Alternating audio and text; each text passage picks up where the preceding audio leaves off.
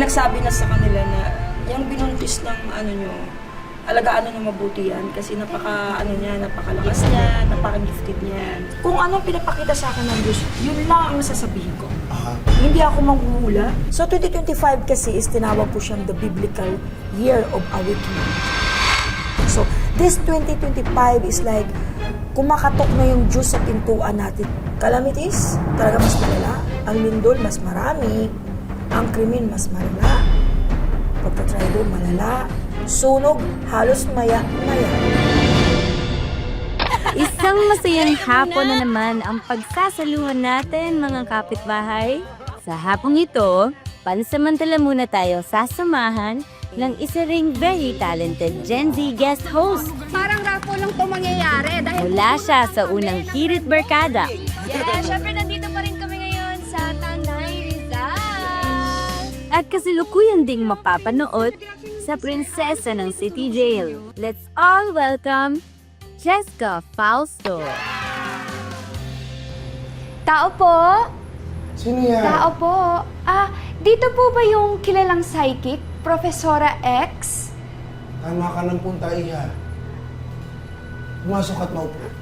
Maraming salamat po, Profesora X. Ano mo paglilingkod ko sa'yo, Iha? Nawawala po kasi yung pinakamamahal ko talaga na pet na si Blackie. Baka pwede niyo po akong tulungan. Gusto mo siyang muling makapiling, tama ba, Iha? Opo. Walang problema. Kumawa ka sa bola.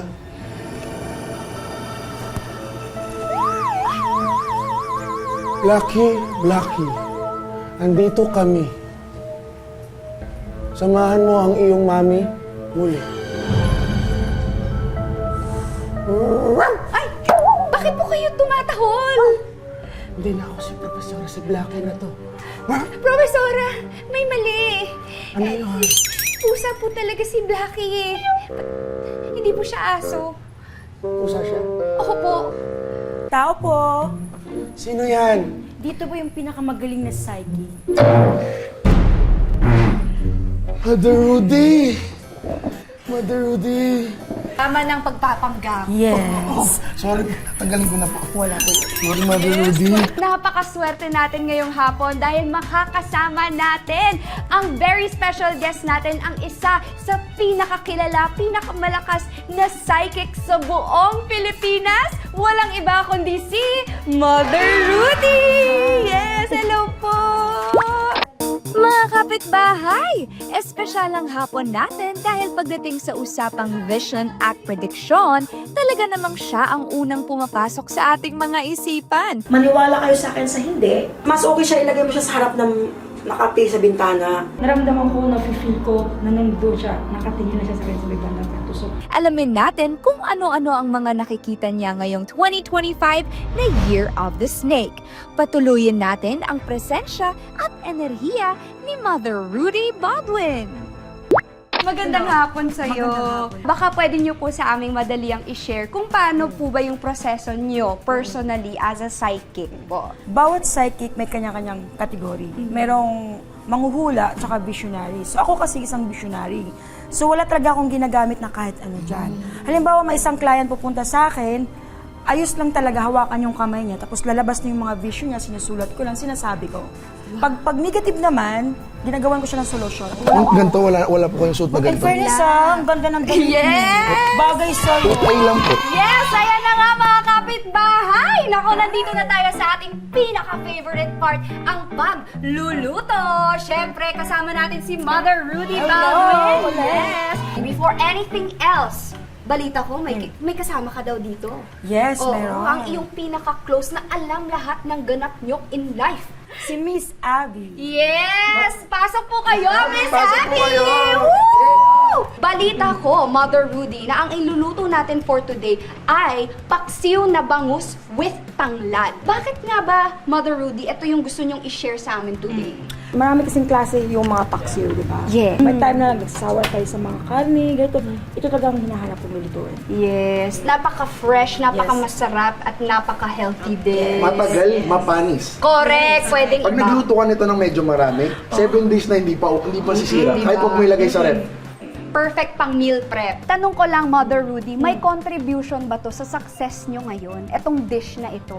Oo naman, kasi di ba, lalo na pag busy tayo, marami tayong ginagawa. Ito kasi napaka-easy lang, napakasarap, tsaka matagal siyang masira. Akala ko kasi, Mother, nung simula nung nakain niyo to, doon nagsimula yung mga vision niyo.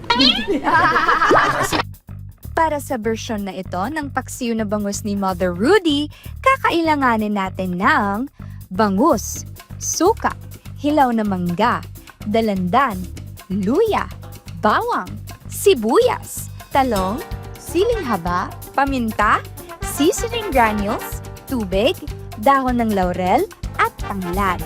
So ako kasi, pinag-start ako, itong mga tangkay ng paanan niya, nilagay ko siya under. Sa pinakababayan. Okay? Ayan. So, inuna mo, Mother, ang tanglad. Yes, Na ang tanglad. pinipit na. Siyempre, hindi lalabas yung flavor niyan pag hindi pinipit ko. Tama. Pagkatapos po nito, isusunod ko na po yung ginger. Ayan. Gusto ko sila nasa ilalim kasi gusto ko, pag kumulo siya, Mother, parehas lang lalabas pala na tayo yung magluto, katas. Mother. Yung mga ganyan-ganyan, yung nilalapag-lapag. Kala ko kasi pag nagluluto ka, Mother, kinokontrol mo papunta sa kawali. Pinapalutang mo yung Kung hindi lang, ginawa ko na. Then, i-next natin to. Pag nagpaksiw ako, mas prepare ko yung boneless. Kasi pag kinain natin ako, napaka-easy Mas masarap. lang. Walang tinik. Tuloy-tuloy. Tama Okay, po. tuloy. Pero kung gusto nyo tanggalan ng kaliskis, may kaliskis sa inyo pa rin yun. So, ilagay ko siya dito. Pinatong mo yung protein, Oo. which is yung bangus, Yes. sa tanglad. So, unang layer mo yung tanglad at yung luya. So, ibig sabihin, hindi siya didikit, Yes. hindi siya matutulog, Tapos lalabas pa yung katas niya. maglalasa. Another layer. Kasi, syempre isda, pampatanggal nung langsa. Hindi karaniwan yung tanglad sa Yes. paksiw. Tapos, pag ganitong layer, sa unang layer, naglagay na ako ng bawang, naglagay ako ng ginger, then naglagay ako ng mangga. So, Wow! rice! Ang galing, parang May mga mango. graham na talaga siya, Oo. Mother. Layer. Layer na lang. Kasi gusto ko kasi yung asim niya, hindi ako yung pag kinain ko siya, hindi ako nagreklamo sa asim. Pero yung tamis niya nandoon din. Diba? Tapos saka mo ito ilagay ulit. Usually, hindi ko pinapakita sa kanila recipe ko na ito eh. Tinatawag mo ito. Pag binibigay ko siya, pag madam, masarap-sarap, anong ginagawa mo? Since na inibitahan ako, okay, patingin ko na sa inyo kung anong sekreto ko. Yes! Dito lang yan, exclusive sa lutong bahay. Oo. So ngayon, ito na. Di ba mostly kasi ang onion gusto nila sa... ako gusto ko kasi sa iba. Okay. Then, panibago ito. Luya. Ulit ko lang. Another layer. So, luya Then, talagang nagwagi. Sobrang daming luya. But, yung bawang is good for the heart. Kaya ako talaga, I love the garlic. Okay, ilagay ko yung garlic. So, the rest, ilagay na natin yung mangga. So, ma-surprise kayo sa twist niya. So, ito na ha, ang ating laurel. Sama ka lang ng paksiw na may laurel. Well, that's my own paksiw. Oo, tama po. Pagluluto po talaga very personal yan Yes. kasi walang Then, limit yan kundi ang sarili mo. Walang sayang kasi ito nilalagay ko siya dito. Wow! One pot cooking pala. One pot cooking, yes. Kumbaga kunyari, pagka nagkaroon ng holdapan, walang gagalaw, maluluto mo pa rin. Oo, tama. Walang gagalaw, pas kamay. Then, next na natin itong maglagay tayo ng salt. Konting salt lang ha, kasi too much salt, hindi rin maganda sa katawan nyo, na. Sunod na timplahan ang paksiw ng mga pampalasa. Ngayon, may napapansin kayo dito na meron akong dalanda. The purpose kung bakit ako naglagay nito, gusto ko kasi yung aroma niya, yung amoy niya, hindi nahaluan ng langsa sa mga ilang araw. Diba? Diba yung isda habang tumatagal, Parang may amoy nag-iiba ang isda. lasa, tapos parang iba na yun. Ito kasi pag meron kang dalandan, yung moist niya, yung amoy niya, nandoon lang. Parang mag-aamoy car freshener. Maglagay tayo ng konting durog na paminta lang. Konti lang, okay? Ito yung way ko pero ipinay ko mother. ano naman. Then, ito na yung katas ng Dalandan. Wala talagang Okay. sayang, Mother. Oo, but be careful pag maglagay kayo ng vinegar kasi yung iba pa naglagay ng vinegar, basta marami lang sabaw para maraming isasahog sa kanin, ihalo mo lang yan po dito. Dalawang dalandan. Halo mo lang to halo mo lang siya sa vinegar. Parang 1:1. Lagay mo lang yan pag ganon, tapos maglagay ka ng water. Pag na-master nyo na to, di nyo na kailangan sukat-sukat mga my dear. Just pour it. Tapos olive oil hindi nawawala kasi olive oil is good for the skin. Bakit sa amin, Mother, yung olive oil ginagamit namin pag massage ka po. Sir, harap na po. Baka ikaw na yung iluluto. Oo, yun. Tapos maglagay ako dito ng kukunti lang. Ayoko na masyadong maraming Ay, talong. grabe, ang bilis. Pero pag nagluto kasi ako, pag dinadamihan ko lang siya ng talong, kasi syempre, pag nagluto ako, bibigyan ko lang kay beautiful right? Yes. Miss Abby, bilang ikaw yung laging kasama ni Mother Rudy, ayan, tingin nyo ilang beses niya ito niluluto sa isang linggo? Oo. Parang every other day. Every other day. Oo. Pwede ka palang tawagin paksiw queen, mother. Oo. Ikaw talaga yung may asim. May asim pa. Asim-asim mo. Kasi alam mo, puro meat, tapos nabibigay sila meat, chicken meat. Ay, I miss paksiw. Magluto ako paksiw, bahala ka. Oo. So ito na tayo low fryer lang tayo. Oh, low fire. Okay na po yan. I-high mo muna, then bago mo siya i-low. Papakuluin muna natin. Tapos Pag may usok na. very low fire lang talaga. Kasi, depende sa inyo kung gusto niyo na maraming sabaw, pwede naman. Pero ako kasi gusto ko yung less ang sabaw. Was there a moment po na parang sinabi nyo na ayoko ng gift na to, this is too much, Oo. hindi na siya mabuti yung epekto niya sa buhay ko, parang ganon. Nasabi ko yan. Kiss, Marry, Kill. Ed Kaluwag, Hans Kua, Jay Costura.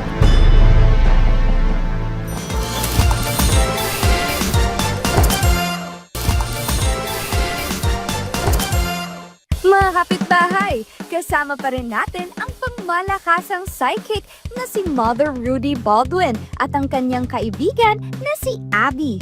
Habang hinihintay nating maluto ang paksiw, makikichika muna tayo muli sa pinagmulan ng powers ni Mother Rudy.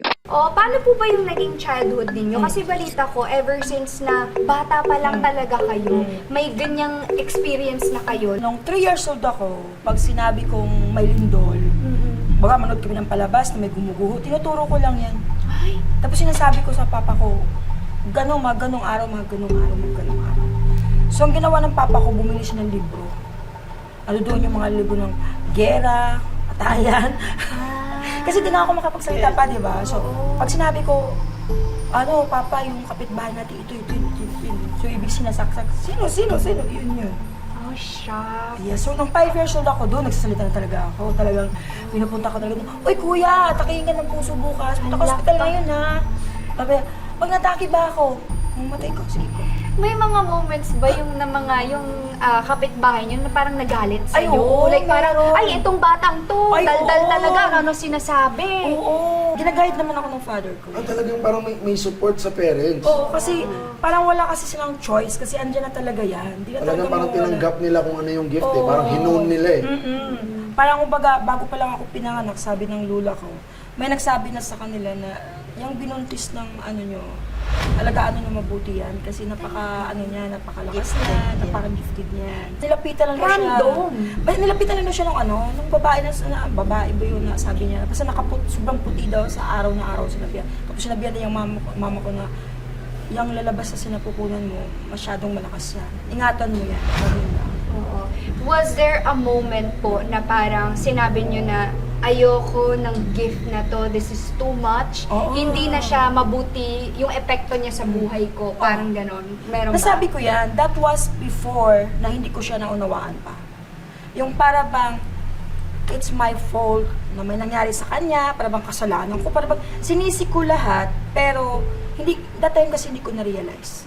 Kung ano ba talaga yung purpose ng gift ko. Oo, kasi parang pwede Kasi bata pa ako nun syempre hindi ko pa kaya ma-manage. Tinatry ko na hindi ako magsalita. Sinabi ni God na, just continue, I'm on your back. Kasi mother, di ba sinasabi mo rin naman na yung vision mo hindi naman 100% accurate, kundi guide lamang, tama ba? Ang madalas ko sinasabi sa kanila, kung anong pinapakita sa akin ng Diyos, yun lang ang sasabihin ko. Aha. Hindi ako manghuhula, hindi ako nagbabasa ng kung ano-ano dyan. I am a visionary. Ang visionary kasi kung anong nakikita mo, mangyayari yan kahit gaano pa katagal. One time, I really having a bash, sabi ko, magkaroon ng sunog. Kala po niya grocery, mini grocery. It was happened. So, tinatawanan nila ako, ano ba yun? Sinasabi Pero ko warning lang yun Warning. talaga para maging aware lang din yung mga tao sa paligid natin. Feeling ng iba parang nagmamagaling ka, para bang inalisan mo ng karapatan yung Diyos. No, it's not gonna happen. Tao lang din po ako talaga. lahat ba ng tao na na-meet ninyo, agad may, eto, parang ganito, ganyan. May nakikita ka na ba agad? In one sudden moment, sa dami-dami ng tao, isang buses lang narinig ko. Lilingon ako. titingnan ko kung sino yun. Meron din tao na malakas ang energy. Yung para bang, Yes. halimbawa yung energy ko malakas. Malakas din yung energy niya. Unang tingin ko lang sa kanya, alam ko na. Oh my gosh! Mother, naalala mo pa ba kung paano na isa publiko yung kakayahan mo? Usually, yung vision ko kasi is, actual ko nakikita yun, di ba? Yes. So, na-realize ko lang one day, kasi parang, ang sabi kasi ni Lord, kailangan mo sabihin sa kanila yung babala. So, what is the way? Di ba yung way dapat is yung social media? Aha. Doon ko naisip na, since napuputok na yung taal, para maligtas yung mga tao doon. You have no idea kung paano nila ako ni-report, paano ako minura, paano ako sinabihan ng baliw, na-report na shutdown ulit, o gawa ako ulit. Tapos sabi ko, maglindol sa Manila, nangyari, shutdown ulit, gawa ako ulit, titiga ako sumuko. Kung di nyo ako gustuhin, just fine. Di kayo naniwala, it's okay. So mag-ingat na kayo, tsaka mag-pray. Oo, yung niluto natin, check natin, Mother. Check natin. So usually, Kabog ba siya? may katas pa konti, naalang natin konti pa. Mukhang luto Ayan. na nga. It's been a few minutes. Ang bango kahit nakatakip, Mother Rudy. Ayan, tikiman na! So 2025 kasi is tinawag ko siyang the biblical year of awakening. Nagkamali or nagsinungaling ka na ba sa iyong mga visions or premonitions?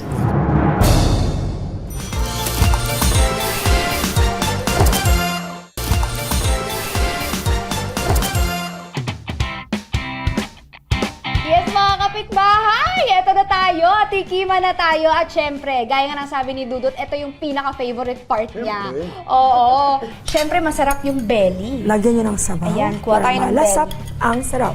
Unahin ko yung Tanglad. tanglad.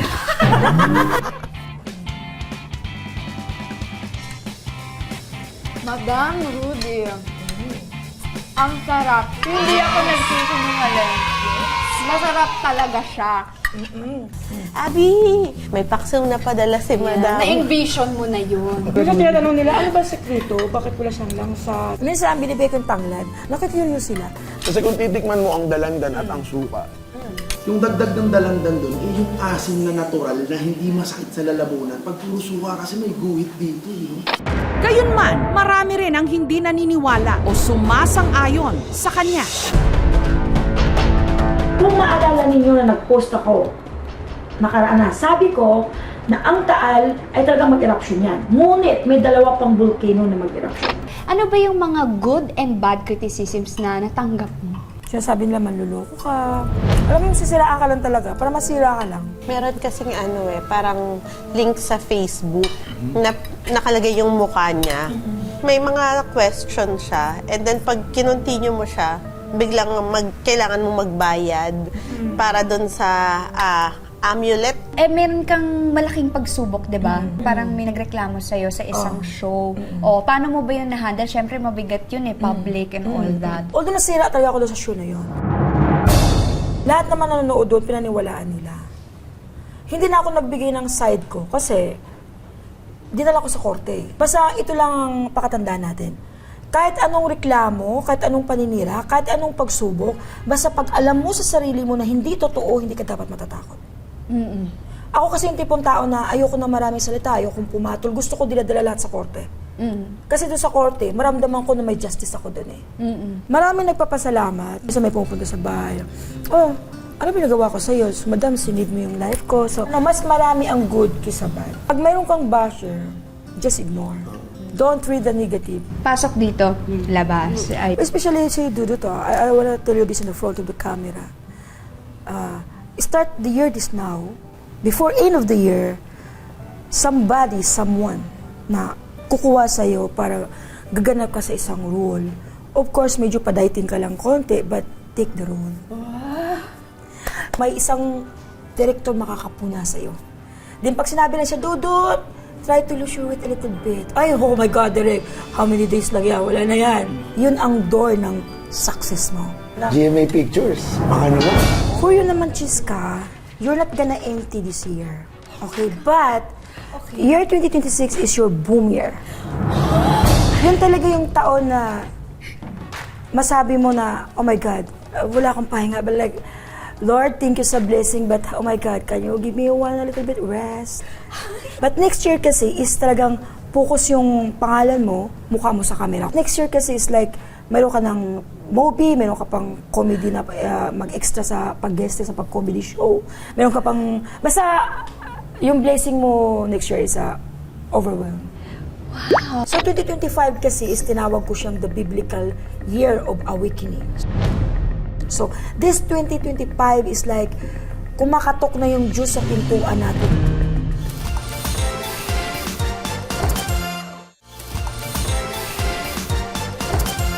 Nasa bagong taon na po tayo, 2025, 'di ba? Ayan, ano po ba yung mga pwede niyong i-share sa amin na mga visions and premonitions ninyo for 2025? So 2025 kasi is tinawag ko siyang the biblical year of awakening. So ito na yung taon na kung saan karamihan na nangyayari sa Biblia, mangyayari sa atin. Some miracles na mangyayari na hindi natin kayang explain na nangyayari. Okay? Minsan sasabihin natin, dati naman yung yung tubig naging pula lang kasi before, sinabi ko maging red. So, this 2025 is like, kumakatok na yung Diyos sa pintuan natin. So in terms naman po sa Pilipinas, ano po yung 2025 premonition niyo? Calamities, talaga mas malala. Ang lindol, mas marami. Ang krimen, mas malala. Pagtatraidor, malala. Sunog, halos maya-maya. Parang walang katapusan. Umulan, uminit, ganun. Kulang na lang yung araw hahalik sa lupa. Siyempre, those are like devastating scenarios, ano? Pero ano po yung good for the Philippines? Kasi ang vision ko kasi is always negative. Marami talaga naghanap ng positive. Para sa akin kasi yung positive, we do it ourselves na lang. Kadalasan kasi sa atin ngayon, sa mga magulang, pag nawawala, especially magulang, mga loved ones, pag nawawala, meron tayong mga bagay na gustong sabihin na hindi natin nasabi nung nabubuhay pa sila. Kayo ba, yung mga salitang yun nasabi nyo bago sila mawala? Or until now, dala nyo pa yung mensahe na yun? Kasi sa family namin, no, like, good morning, I love you, happy birthday, ganun. Always naman ginagawa namin yun. Pero nung mamatay kasi sila, kasi sudden yun, marami akong bagay na hindi nasabi sa kanila. Na kung kailan ako naging 25 to 27 years old doon, marami na akong sinasabi sa kanila.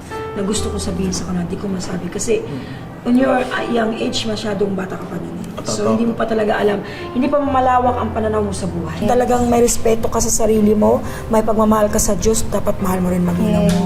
Diba? Walang perpektong magulang. Wala rin perfectong anak. At walang perpektong tao. Pero, may perfectong paksiw. Ayun na nga, so mga kapitbahay, ang dami na nating natutunan. Ayan, galing kay Madam Rudy. Pero, hindi pwedeng hindi siya sasalang sa Kitchen Target! Dahil sa mga visions ko, nakatanggap talaga ako. Dati, andun yung, pag hindi ka huminto sa pagbivision mo, papatayin ka namin. Ala, papatayin Death threat? talaga, death threat. Ano po? Papatahimikin. Sinong kilalang personality o icon ang hindi mo wawarningan kung sakaling makitaan mo ito ng negative vision or premonition?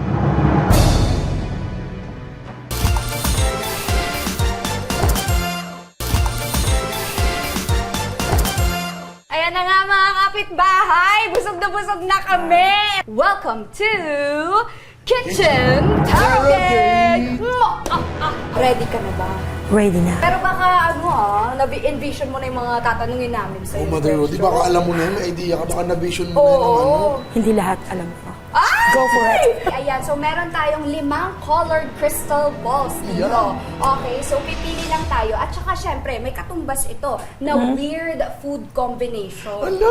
Okay, pag sinagot nyo yung tanong namin, ayan, syempre, kami ni Dudut yung kakain. Kakain ng weird food combos. Na pinili ninyo. Pero, kung hindi naman ninyo sasagutin, nako, kayo yung kakain ng weird. Sagutin mo na lang. Oo. As friends. Oo. Sige, I start with the gray. So, tatanungin na namin sa iyo ang first question. Magkano ba ang kinikita ng isang Rudy Baldwin sa isang buwan? So usually, ang kinikita ko monthly, nag-around lang siya sa 5 to 6 digit. pero kasama na doon yung YouTube ko. But, hindi pa yun nagtatapos kasi doon sa kinikita ko na yun, kinakaltas pa doon yung tax. Tax ng YouTube, tax ng business ko sa Pampaswerte. So, pero, half na matitira nun, ang pinaka-half nun is kasi ugali ko talaga tumulong. Magugulat ka na lang po, magpapabili yan ng, bili ka ng 70 na sako ng bigas. 70? Tapos, i-divide natin yan to 5 kilos each, tapos pamigay mo kay ganito. Ang reward naman nun, surprise ni God. Grabe, Mother Rudy, talagang damang-dama ko yung pagiging matulungin mo. At yung pagiging mabait. Kaso, hindi mo nasagot ng eksakto yung tanong. Ganon! Hindi pwedeng 5 to 6 digits dito. Dapat binibigay ang exact amount. Oo, with points and all that. So, ibig sabihin, Ibig sabihin, kakainin nyo po ang kaakibat na weird food combo. Mango with spicy gravy. Yun yung masarap. I feel like. spicy gravy, ay, mas masarap. Eto yun. Masarap siya. Yes! Ano pong kulay ng ating bolang kristal ang gusto Ikaw niyo naman next? mamili. Pili po kayo. Ay, pink! Paborito niya yan. Oo. Kiss, Mary, Kill. Ed Kaluwag, paranormal expert. Hans Kua, isang feng shui expert. Jay Costura, fellow psychic po. Nakaparehas nyo. Okay. Mas okay si Ed Calua. Ed Kaluwag ang ano po?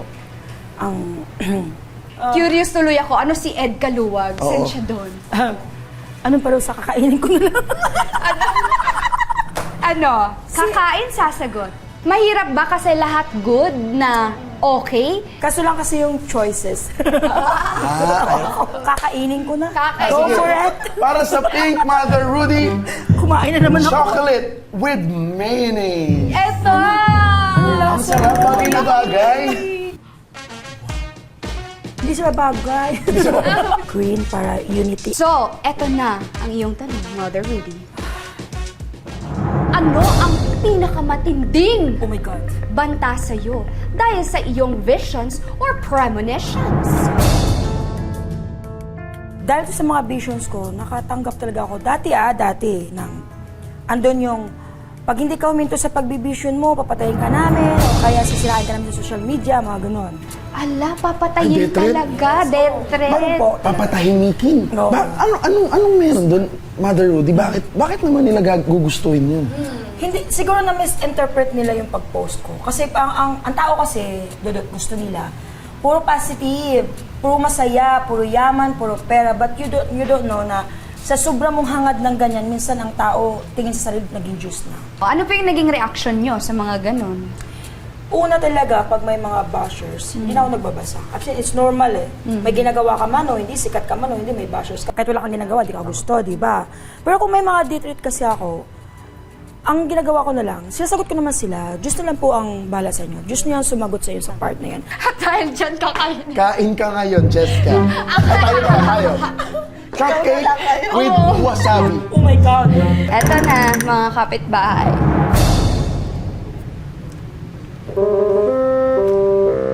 Talagang pinili nyo pang green yung cupcake, ha? Ginagulong-galing yung mukha niya, pwede masirang beauty. Tinan mo. Dito talaga napatunayan ng pagkabarako mo. Sarap ng wasabi kasi may ligaw dyan, eh. Masarap siya, pero alam mo yung may cake. May ano siya. May ganyan. Ang kulit mo. Eto na, ang huli nating bolang kristal. We have the purple na. Last na ito to. na, Oo. ito na. Sino? Sinong crush ko sa Ay, showbiz? Mother!